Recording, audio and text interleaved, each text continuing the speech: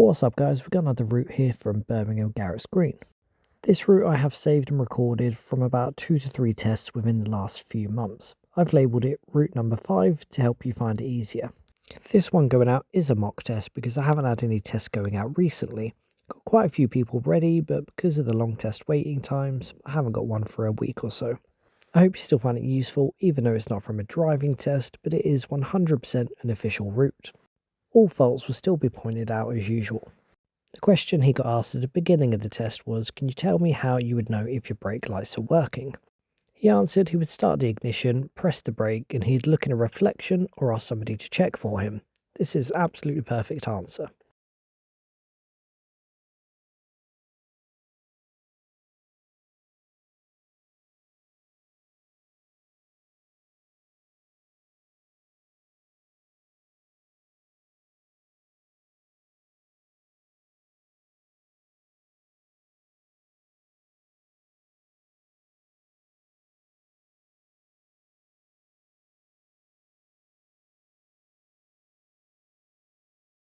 But once you'll see the hill's nice and empty today, this actually went out about 10:30.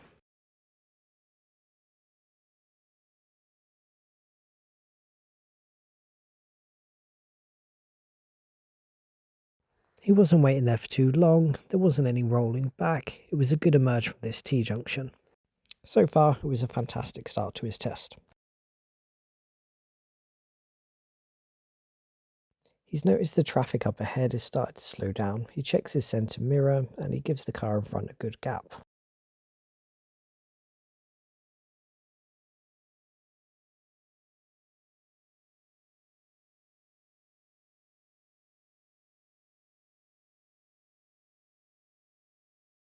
He notices the light, checks his centre mirror and stops for the crossing nicely.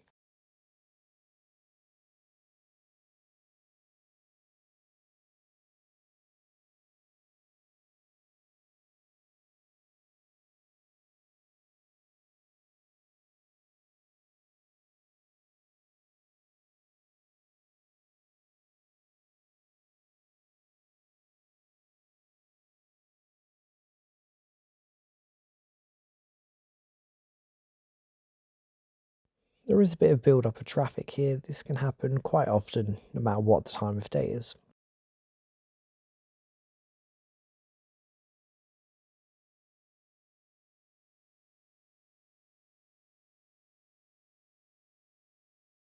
You'll notice shortly that there is a big jump in the car.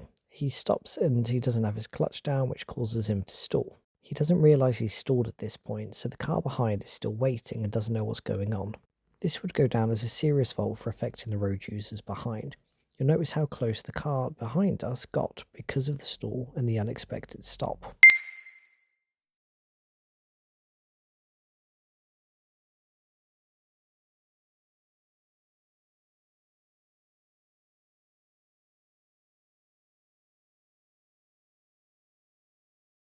There was really good positioning going around this roundabout. He stuck to the left as he came off and checked the right mirror to make sure nobody was trying to overtake him.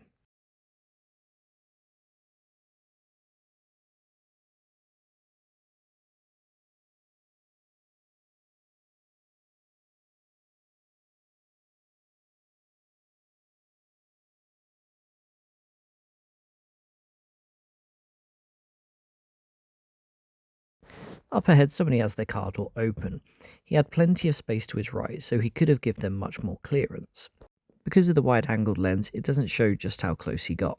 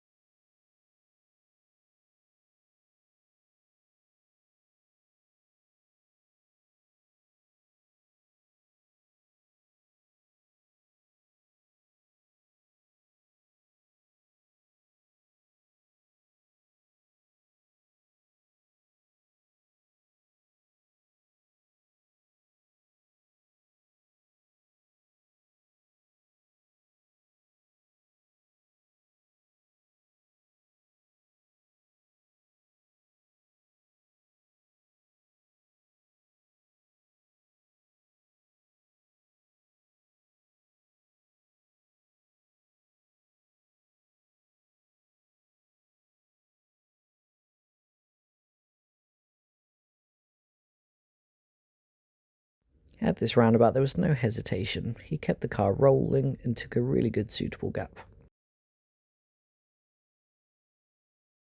This road here is always quite tight. Be quite careful of people returning to their cars or opening their doors.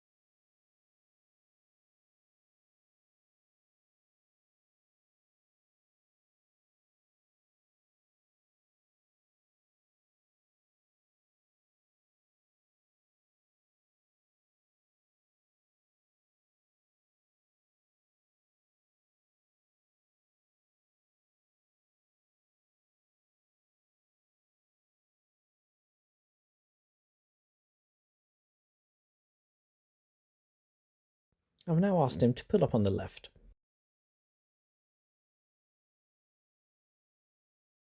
And I did ask him to ignore driveways on this occasion. Inside, I'm now setting up the sat-nav for the independent driving part of his test. He's going to be following a sat-nav.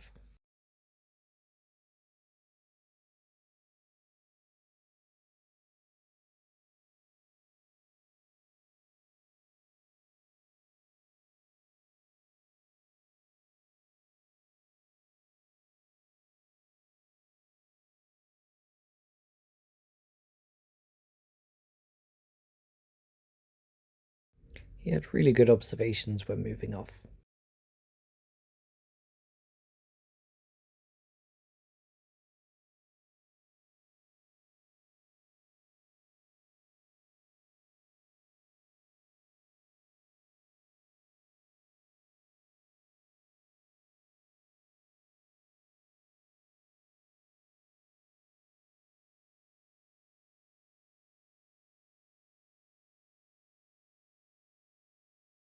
You'll notice going around this corner is quite speedy and rapid.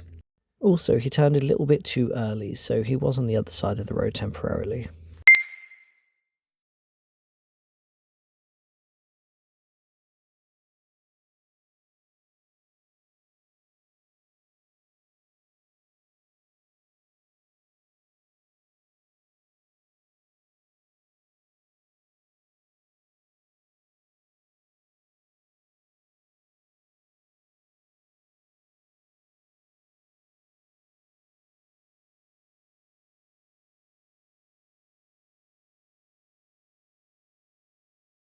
He notices the parked car up ahead, checks his centre right mirror, and moves across in good timing.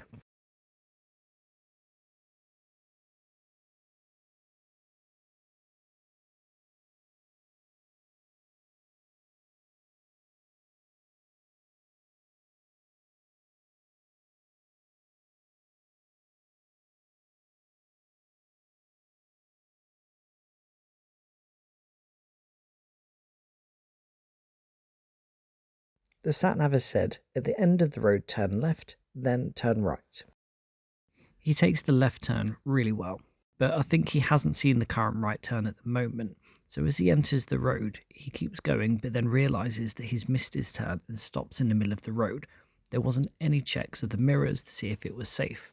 If you miss your turn, just keep going the wrong way and the sat-nav can recalculate for you. But at this point, we don't have any signals or hazards on. The van has just turned into the right. So I've communicated with him and just said, just take the turn to the right. It's now safe to move. It is quite important that you practice sat-nav driving with your instructor or with your family.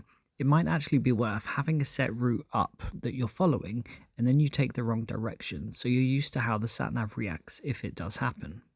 And if you forget which way you're going around a roundabout or which exit, remember, take the next safest exit, and then the examiner or the sat-nav can redirect you. He's now been asked to pull up on the right and reverse 2 cars' lengths. He starts it off well by securing the car, making sure that there's no oncoming vehicles and doing the appropriate checks.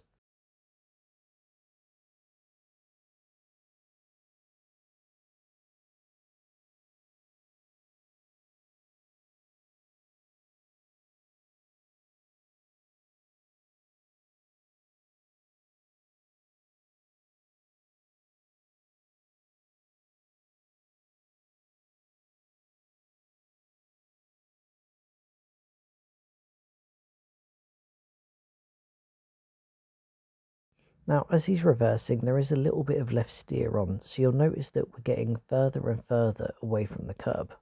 At no point was any correction steer put on to get back into the curb.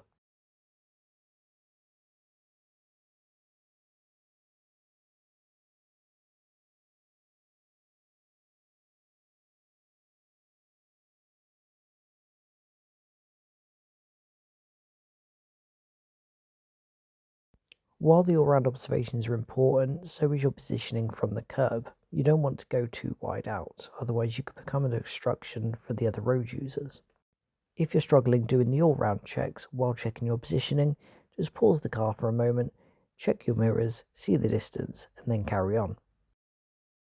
The manoeuvre's now finished. He finished up with a positioning much wider out from the curb than a drain's width gap.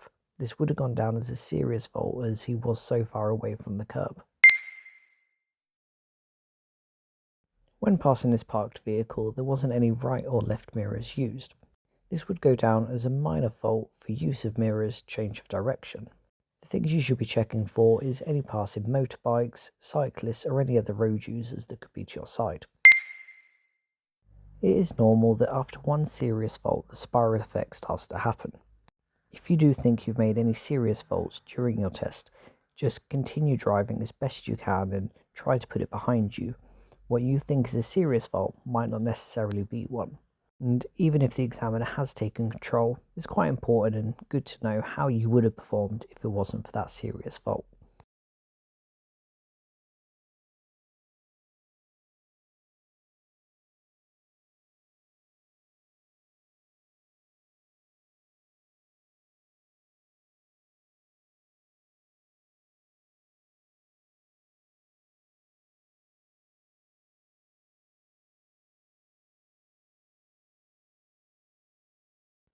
At this roundabout, he's going straight ahead.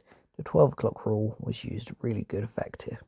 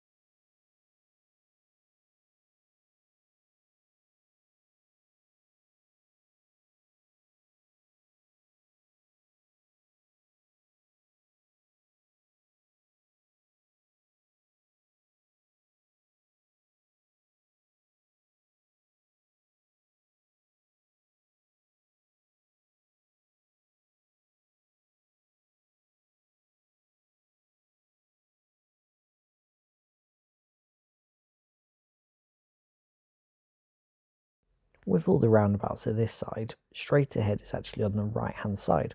You can see this by the road markings on the floor and some signs on approach. He sees this and he takes action nice and early, and he gets into the correct lane.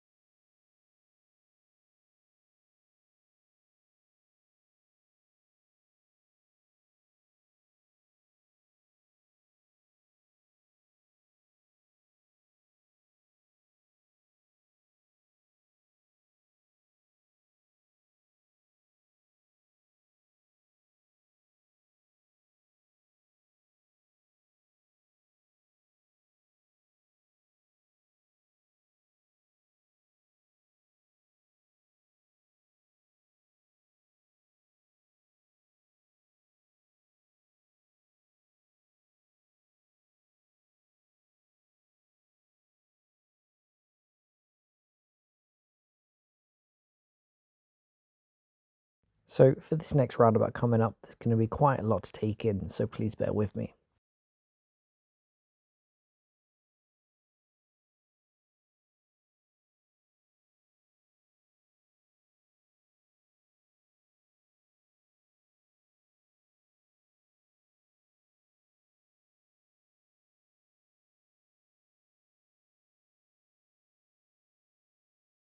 He's going to be going right third exit at the roundabout, so on approach he would need the right hand lane. Initially he picks the correct lane and positions himself to the right. Then when you enter the roundabout you should select the lane closest to the inside. The left hand lane is for straight ahead and left only. He goes to position into the left hand lane even though there's a car behind him. He then enters the new lane that's opening up to go all the way around. I ask him to return to the lane to the left, but he then decides to take the left exit instead. There was multiple serious faults there, however, because it was all to do with the same situation and the same topic, it would go down on your test as one fault. On this new road it is a 40, he's quite slow to build up the speed when there is a very large gap between him and the vehicle in front. Because he did take one wrong exit at the roundabout, I'll now just redirect him back en route.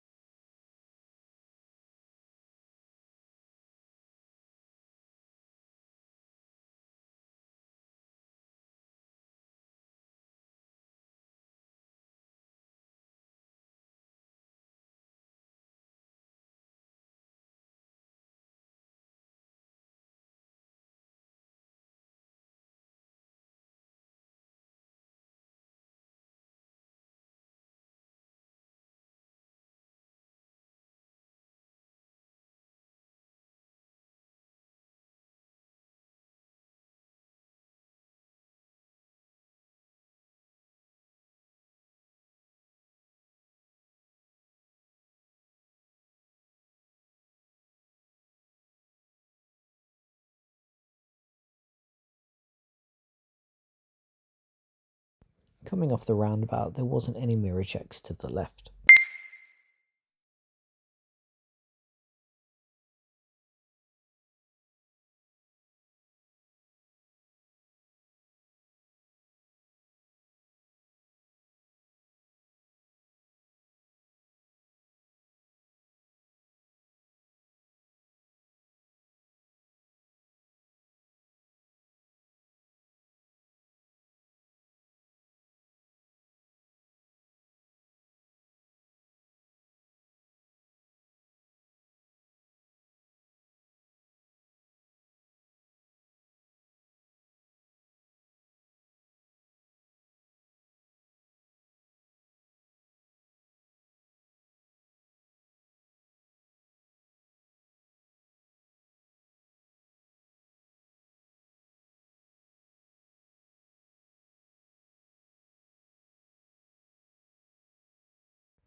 The gap to the left was really quite tight. If he had slowed down, waited for the van to move past, he could have given the parked up vehicle a lot more space.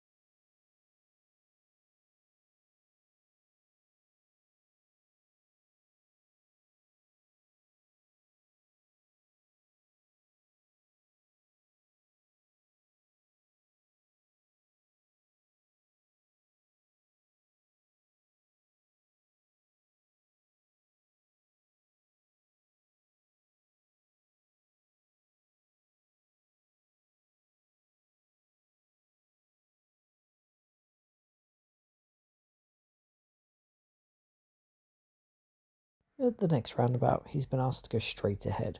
Straight ahead is in the right-hand lane. You'll notice he starts off in the correct lane, but then for some reason moves over to the left lane, which is left only. There wasn't any mirror checks when this happened. He then moves back over to the right, again without doing any mirror checks. Now, I wasn't sure whether to put this as a serious fault or as a minor fault. Due to nobody being on the road at that time, I did put it down as a minor fault.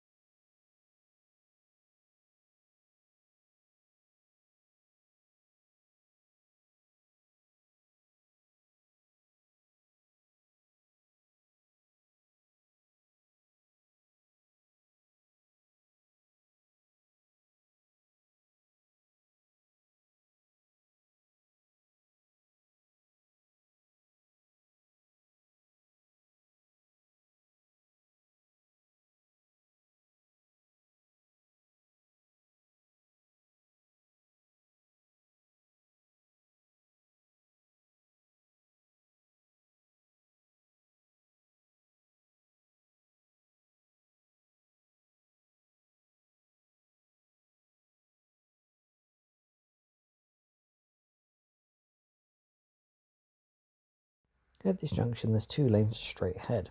He picks the left lane, which is a good choice, and as he enters the new road, he makes sure he sticks to his side, which is the left.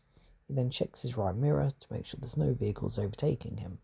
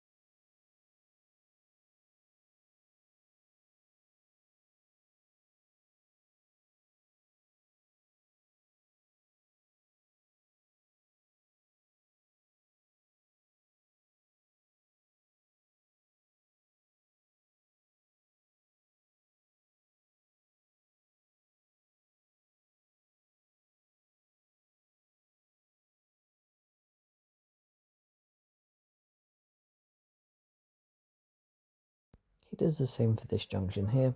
He sticks to the left-hand lane and he checks his right mirror on approach just to make sure there's no overtaking vehicles.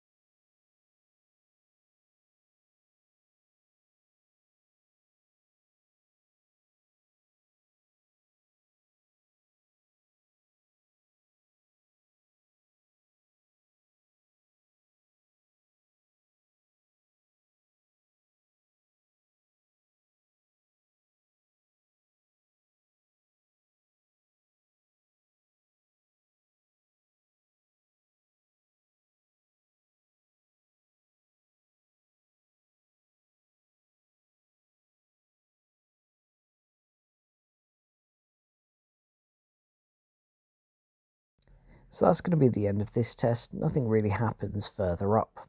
So with a result like this, I'd normally say you could be ready for a driving test in a few months if you have an hour and a half lesson each week. However, with the current test waiting times, that's where the challenges start. Because if you do need to delay your test, the next dates are about 5 months ahead of time unless you get a cancellation. Cancellations do appear, but you need to be checking throughout the day all day and also be logging on at 6 AM every morning. In my opinion, don't try the cancellation apps, they just don't work.